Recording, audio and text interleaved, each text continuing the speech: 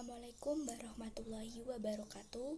Perkenalkan, nama saya Nindi Dwi Jayanti, NIM 190803102032 dari Prodi D3 Administrasi Keuangan. Video ini dibuat untuk memenuhi tugas ujian akhir semester mata kuliah Praktek Perbankan dan Syariah dengan dosen pengampu Ibu Istifadah. Nah, dalam video ini saya akan menjelaskan mengenai jasa layanan yang diberikan oleh Bank Syariah, yaitu berupa transfer. Pertama-tama kita akan membahas mengenai pengertian transfer. Pengiriman uang atau transfer adalah salah satu jasa dalam dunia perbankan yang banyak digunakan oleh masyarakat. Penggunaannya bermacam-macam, baik dilakukan melalui surat kawat maupun secara tertulis. Karena transfer biasa dilakukan di dalam negeri maupun di luar negeri yang dapat dilaksanakan dalam bentuk valuta asing maupun dalam bentuk rupiah. Dengan kata lain, transfer merupakan suatu kegiatan jasa bank untuk memindahkan sejumlah dana tertentu sesuai dengan perintah si pemberi amanat yang ditujukan untuk keuntungan seseorang yang ditunjuk sebagai penerima transfer. Baik transfer uang keluar atau transfer masuk akan mengakibatkan adanya hubungan antara cabang yang bersifat timbal balik. Artinya, bila satu cabang mendebit cabang lain mengkredit. Nah, jadi bisa disimpulkan bahwa transfer merupakan jasa pengiriman uang baik antar bank yang sama maupun kepada bank yang berbeda. Jasa transfer dapat dibuat di dalam wilayah yang sama ke daerah lain maupun ke luar negeri, yaitu pihak-pihak yang terlibat dalam transfer. Dalam transfer ada 4 pihak yang terlibat. Yang pertama yaitu nasabah, yang kedua bank penarik, yang ketiga bank tertarik, dan keempat beneficiary. Baik, yang pertama yaitu pihak yang terlibat adalah nasabah. Nasabah adalah pihak yang memiliki dana yang mendapat pelayanan jasa dari bank untuk mengirimkan dan atau memindahkan dananya kepada pihak lain. Pihak yang terlibat kedua yaitu bank penarik. Bank penarik disebut juga dengan drawer bank, merupakan bank yang menerima amanat dari nasabah untuk mentransfer dananya kepada pihak penerima.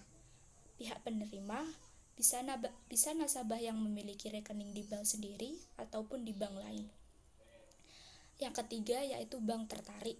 Bank tertarik disebut juga dengan drawer bank, merupakan bank yang menerima transfer masuk dari bank pengirim untuk diteruskan kepada pihak yang menerima kiriman uang atau pihak beneficiary. Yang keempat yaitu beneficiary. Beneficiary adalah pihak yang menerima kiriman uang dari drawer bank. Apabila beneficiary memiliki rekening di drawer bank, maka kiriman uang tersebut akan dikreditkan ke rekeningnya. Apabila tidak memiliki rekening, maka pihak drawer bank akan memberi informasi tersurat kepada beneficiary-nya adalah jenis-jenis transfer. Nah, transfer sendiri terdiri dari 2 jenis, yaitu yang pertama transfer keluar dan yang kedua transfer masuk. Baik, yang pertama yaitu transfer keluar. Transfer keluar adalah salah satu jenis pengiriman uang yang dapat menyederhanakan lalu lintas pembayaran dengan pengiriman uang keluar atau transfer keluar. Media untuk melakukan transfer ini adalah dengan secara tertulis atau mail transfer ataupun melalui surat kawat atau wire transfer. Keuntungan bagi bank yang melakukan transfer keluar adalah sebagai sarana untuk menciptakan pendapatan dalam bentuk komisi, peningkatan pelayanan kepada para nasabah, peningkatan pangsa pasar bank, dan segi promosi lainnya. Pengiriman oleh bank dilakukan dengan cara memerintahkan cabang lain untuk membayar sejumlah uang tertentu kepada beneficiary atau orang yang berhak menerima transfer yang berdomisili di kota tertentu. Dengan demikian, terjadi hubungan antar kantor, antar cabang pemberi amanat dan pembayar transfer. Pembatalan transfer keluar hanya bisa dilakukan apabila transfer keluar belum dibayarkan kepada si penerima uang. Untuk itu, bank pemberi amanat harus memberi perintah stop payment kepada bank pembayar. Pembayaran pembatalan ini baru dapat dilakukan oleh bank pemberi amanat apabila telah terima berita konfirmasi dari bank pembayar bahwa memang transfer yang dimaksud belum dibayarkan. Jenis transfer yang kedua adalah transfer masuk.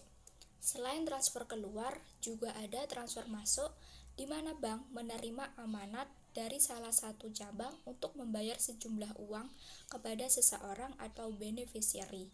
Dalam hal ini, bank pembayar akan membukukan hasil transfer kepada rekening nasabah beneficiary bila ia memiliki rekening di bank pembayar. Dalam hal transfer masuk ditujukan kepada bukan nasabah bank pembayar, hasil transfer akan ditampung dalam rekening hasil transfer yang dapat dibayar. Rekening ini akan tetap outstanding hingga hasil transfer dibayarkan kepada beneficiary. Transfer masuk dikenakan lagi komisi sebab kepada nasabah si pemberi amanat telah dibebankan komisi pada saat memberikan amanat transfer.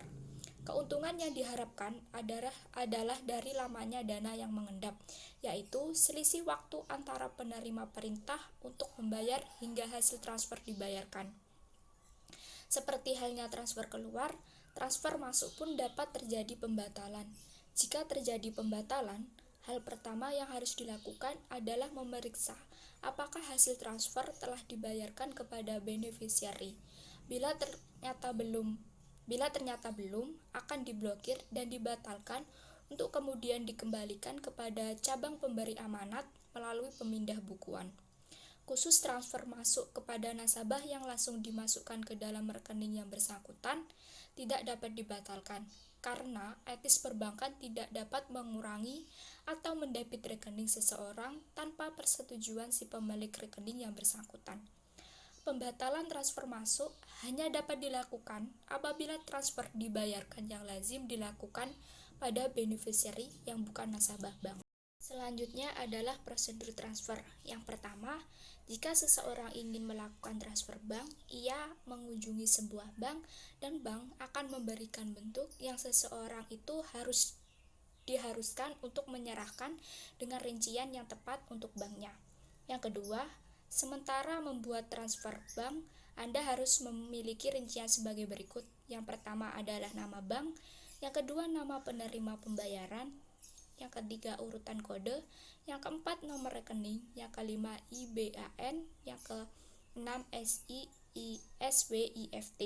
Selanjutnya yang ketiga adalah transfer bank biasanya memakan waktu 3-4 hari untuk mencerminkan jumlah dalam akun penerima pembayaran itu. Namun, beberapa bank memiliki sistem pengolahan yang cepat dan jumlahnya ditransfer hari yang sama. Yang terakhir, yang keempat, yaitu sementara membuat transfer bank, kita harus selalu memasukkan nomor referensi yang tepat untuk membantu penerima pembayaran menemukan akun. Selanjutnya adalah alur atau tata cara melakukan transfer melalui teller di bank. Pertama-tama, kita harus mendatangi cabang bank terdekat dan membawa uang yang ingin ditransfer. Selain itu, kita harus menyiapkan biaya administrasi transfer antar bank sebesar 6.500. Baik, untuk alurnya yang pertama yaitu mengambil nomor antrian dan mengisi formulir untuk transfer uang dengan benar. Lengkapilah formulir dengan data diri kamu, nomor rekening, tujuan, dan jumlah uang yang akan dikirim. Yang kedua, berikan kepada teller agar transaksimu bisa diproses. Petugas bank akan menghitung uang yang ingin kamu kirim sesuai dengan formulir yang telah diisi. Yang ketiga, jika transaksi sudah berhasil, kamu akan mendapatkan bukti transfer yang perlu kamu tandatangani. Yang keempat, transaksi sudah selesai, simpan bukti transfer sebagai tanda bukti keberhasilan transaksi. Selanjutnya adalah kelebihan dan kekurangan transfer. Untuk kelebihan transfer, antara lain yang pertama yaitu metode yang paling banyak diterapkan di e-commerce. Yang kedua, mudah dilakukan, kita hanya perlu mentransfer ke rekening bank tujuan. Yang ketiga, semua orang dapat melakukan transfer, meskipun orang tersebut tidak memiliki akun bank. Yang keempat, dengan mesin ATM memungkinkan kita untuk melakukan transfer uang kapan saja tanpa terikat waktu, karena mesin ini beroperasi 24 jam sehari dan 7 hari seminggu. Yang kelima, metode ini sudah umum di Indonesia. Baik, selanjutnya adalah kekurangan transfer. ada 5 kekurangan transfer. Yang pertama yaitu alur pengerjaan cukup panjang. Yang kedua, memerlukan konfirmasi baik kepada pembeli ataupun penjual. Yang ketiga, sering terjadi kesalahpahaman antara pembeli dan penjual. Yang keempat, memerlukan biaya tambahan untuk administrasi untuk bank tertentu. Yang kelima, bila transfer ke bank yang berbeda, diberikan tambahan biaya administrasi. Assalamualaikum Ibu, selamat siang. Ada yang bisa saya bantu? Ada. Sebelumnya mohon maaf, dengan Ibu siapa?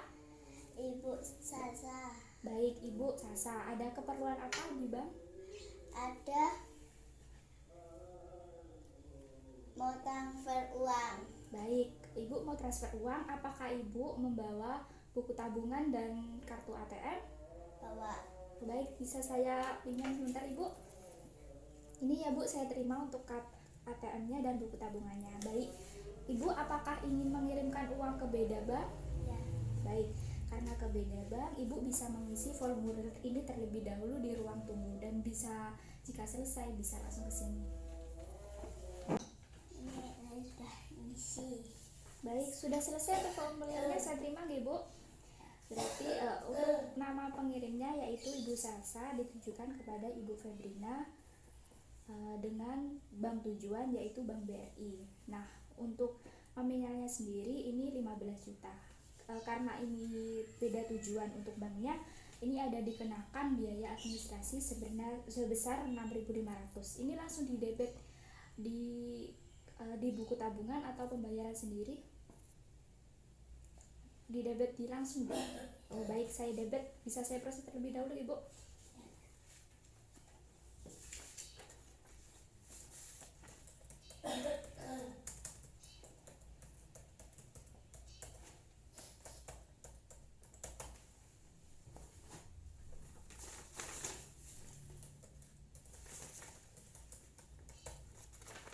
Baik Ibu, ini untuk bukti transfernya sebesar 15 juta dari Ibu Salsa kepada Ibu Febrina dan ada biaya administrasi sebesar 6.500. Ini Bu bisa dijadikan bukti transfernya dan ini untuk buku tabungan serta ATM-nya saya kembalikan. Sekian video presentasi ini, kurang lebihnya saya mohon maaf. Terima kasih atas kesempatan dan waktu yang diberikan. Wassalamualaikum warahmatullahi wabarakatuh.